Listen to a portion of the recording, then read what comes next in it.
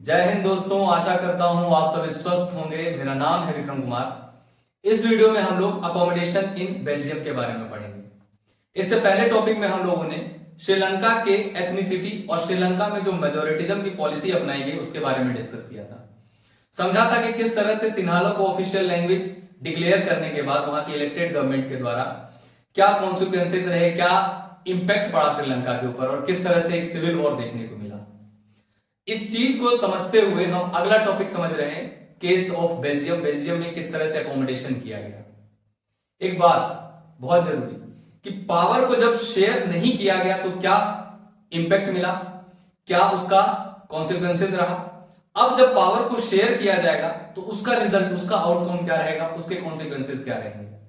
तो ओवरऑल हम इस टॉपिक में बेल्जियम के बारे में जानने वाले हैं और बेल्जियम में किस तरह से सारी डाइवर्सिटी को अकोमोडेट किया जाता है। इट मींस कि यहां पे भी तो फ्रेंच बोलने वाले लोग हैं, यहां पे भी तो डच बोलने वाले लोग हैं, जर्मन स्पीकिंग पॉपुलेशन है, कहीं पे ये मेजॉरिटी में है, कहीं पे ये माइनॉरिटी में है। श्रीलंका में भी कुछ ऐसा ही था कि एथनिसिटी अलग अलग थी। सिनाला स्पीकर से, तमिल स्पीकर से, कुछ नेटिव तमिल से, कुछ इंडियन तमिल से, जिसमें अलग अलग रिलीजन के लोग हैं। तो डाइवर्सिटी को कहीं ना कहीं उन्होंने अकोमोडेट नहीं किया। कहा गया है कि कौन सीखा है सिर्फ बातों से, कौन सीखा है सिर्फ बातों से, सीखने के लिए एक हादसा बहुत जरूरी है। हादसा होना तय था और हादसा हुआ श्रीलंका में, और इसके कारण बेल्जियम में, इसके कारण श्रीलंका में सिविल वॉर देखने को मिला। अब हम अकोमोडेशन इन बेल्जियम देखेंगे कि बेल्जियम के अंदर क्या क्या चीजें हुई। बेल्जियम जो केस है, आपको जैसा कि मैंने पहले भी बताया था कि बेल्जियम में डाइवर्सिटी है किस किस बेसिस पे, लिंग्विस्टिक बेस पे, और कौन कौन सी भाषाएं हैं, French speaking population, Dutch speaking population और German speaking population. Overall country में आप देखेंगे तो फ्रेंच स्पीकिंग पॉपुलेशन जो है जस्ट 40% है, वहीं पे डच लोग मेजोरिटी में 59% है और 1% जर्मन स्पीकिंग पॉपुलेशन है।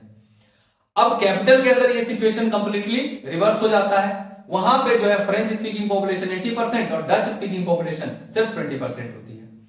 तो बेल्जियम में क्या होता है, इस चीज को, जो रीजनल डाइवर्सिटी है, यहां पे जो लिंग्विस्टिक डाइवर्सिटी, इसको अकोमोडेट किया जाता है। और किस तरह से, वो समझ लीजिएगा।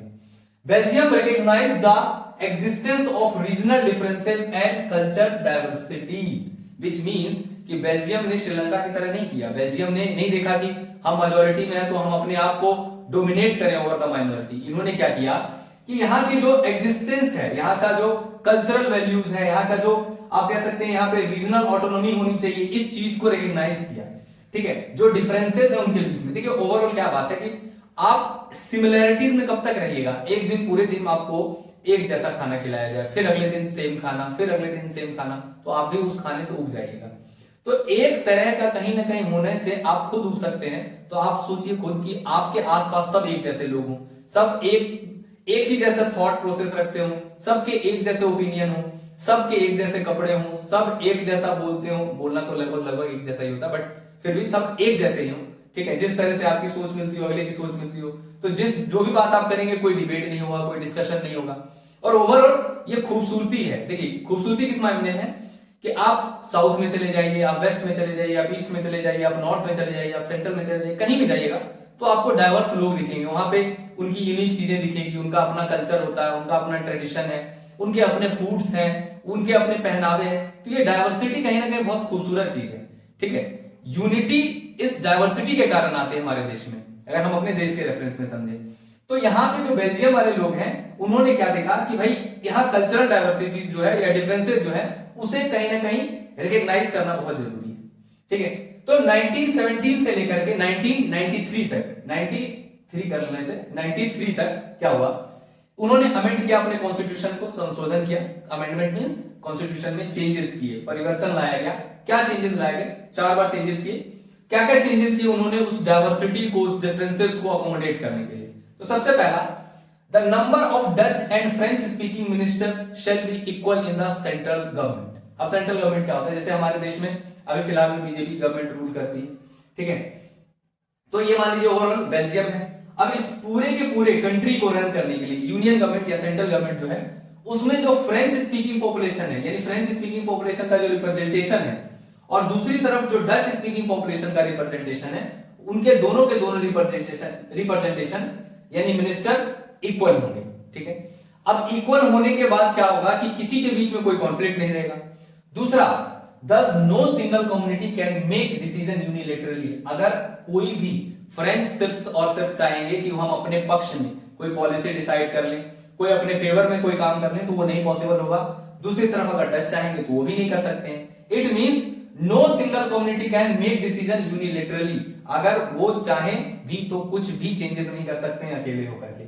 ठीक है, इससे दोनों के बीच में जो गैप है डिफरेंस का वो खत्म हो जाएगा। कारण क्योंकि दोनों को इक्वल ट्रीटमेंट मिला है, दोनों को इक्वालिटी में रखा गया है, दोनों का रिप्रेजेंटेशन इक्वल है।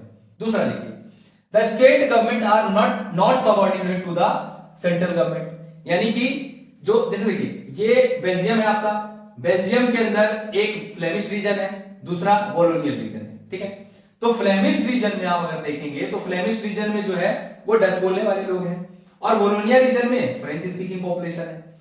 तो ये तो एक सेंट्रल गवर्नमेंट है जहां पे मिनिस्टर दोनों फ्रेंच और डच बोलने वाले सेम रहेंगे, सिमिलर रहेंगे। बट जो रीजनल ऑटोनोमस है यानी कि ये स्टेट, ऐसे कई सारे स्टेट हैं लेकिन हम लोगों के पास सिर्फ और सिर्फ दो है, तो हम दोनों के बारे में जानेंगे। जैसे कि एक फ्लेमिश रीजन है, एक वॉलोनिया रीजन है, तो उन दोनों के दोनों पर्टिकुलर रीजन को भी ऑटोनॉमी दे दी गई।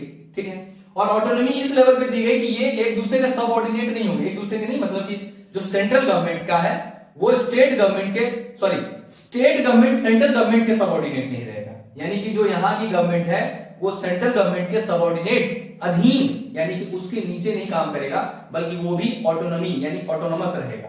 ठीक है, नेक्स्ट देखिएगा, Brussels has a separate government in which both community have equal representation. Brussels capital का सिनेरियो समझिए, कैपिटल में क्या हुआ था देखिए, फ्लेमिश रीजन है, एक वॉलोनिया रीजन है और जर्मन स्पीकिंग पॉपुलेशन। अच्छा एक क्वेश्चन, जर्मन स्पीकिंग पॉपुलेशन का क्या? जर्मन स्पीकिंग पॉपुलेशन सिर्फ 1% है बच्चों। अब 1% है तो आप इस कंटेक्स्ट को समझिएगा। जैसे हमारे देश में अगर देखा जाए तो लगभग 200 मिलियन के आसपास मुस्लिम पॉपुलेशन है। ठीक है, सबसे ज्यादा हमारे देश में है, but still comparatively Hindu majority community के according they are in a minority. ठीक, और इस कंट्री में दो लोगों के बीच में ज्यादा आपको कॉन्फ्लिक्ट देखने को मिलता होगा, कम्युनल वायलेंस देख लीजिए या फिर किसी भी तरह का, तो हिंदू वर्सेस मुस्लिम हो जाता है, हमेशा होना नहीं चाहिए, हर एक धर्म अपनी जगह सही है, तो हो जाता है कभी मोस्टली आप देखते होंगे। अब इस सिचुएशन में यही दोनों लोगों के बीच में मोस्टली कॉन्फ्लिक्ट देखा जाता है। आप कभी नहीं सुनेंगे जैन के बारे में या पारसी, जो कि बहुत कम है माइनॉरिटी में। तो कॉन्स्टिट्यूशन उन्हें प्रिजर्व करता है, उन्हें प्रोटेक्ट करता है, उनके राइट्स को प्रोटेक्ट करता है, उन्हें ये गारंटी देता है कि वो लोग यहाँ पे अच्छे से रह सकते हैं। तो वो माइनॉरिटी कम्युनिटी होने के बावजूद भी सेफ है। ठीक है, सभी सेफ है, ऐसा कुछ जो माइनॉरिटी कम्युनिटी है वो सेफ है। अब ओवरऑल तो जर्मन स्पीकिंग पॉपुलेशन में सिर्फ 1% है। अगर मेजोरिटी में देखा जाए तो फ्रेंच स्पीकिंग और डच स्पीकिंग पॉपुलेशन है, जिनके बीच में अगर कॉन्फ्लिक्ट होता भी है और सेपरेशन होता है तो देश टूटेगा। ठीक है, तो इसके कारण क्या हुआ, ब्रसेल्स में सेपरेट गवर्नमेंट बनाया गया। ठीक है, अब ब्रसेल्स में जो सेपरेट गवर्नमेंट बनाया गया वहां पे अगर देखिएगा तो फ्रेंच बोलने वाले लोग 80% है और डच बोलने वाले लोग 20% है। कंट्री में सिचुएशन कंप्लीटली उल्टा था, यहां पे डच बोलने वाले 59% थे कंट्री में।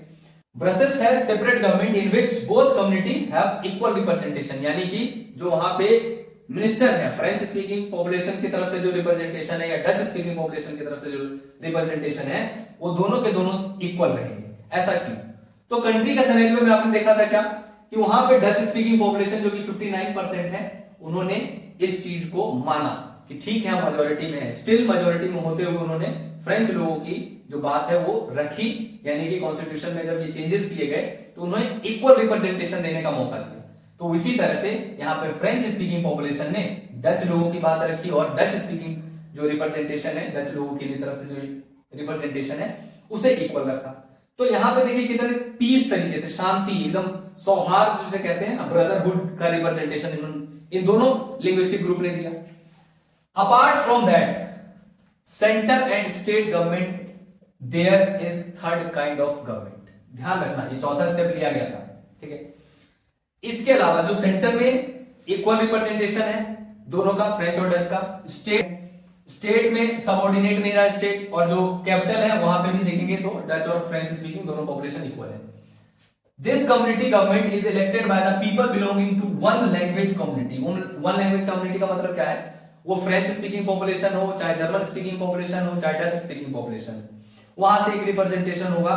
इसे कहा गया कम्युनिटी गवर्नमेंट। ठीक है, अब कम्युनिटी गवर्नमेंट जो है ये, इसे कहा गया थर्ड काइंड ऑफ गवर्नमेंट। ठीक है, जो चौथा स्टेप लिया गया बेल्जियम में डाइवर्सिटी और डिफरेंसेस को अकोमोडेट करने के लिए, वो ये लिया गया कि स्टेट और सेंटर में गवर्नमेंट होंगे, डजंट मैटर, वो है, रहने भी चाहिए, लेकिन एक और गवर्नमेंट जो कि रीजनल लेवल पे, लोकल लेवल पे काम करेगी, जिसे हमने नाम दिया है, हमने नहीं मतलब हमारी किताब में नाम दिया गया है, यानी बेल्जियम के कॉन्स्टिट्यूशन में नाम दिया गया कम्युनिटी गवर्नमेंट। याद रखिएगा, 1 मार्क्स में क्वेश्चन पूछा जाता है।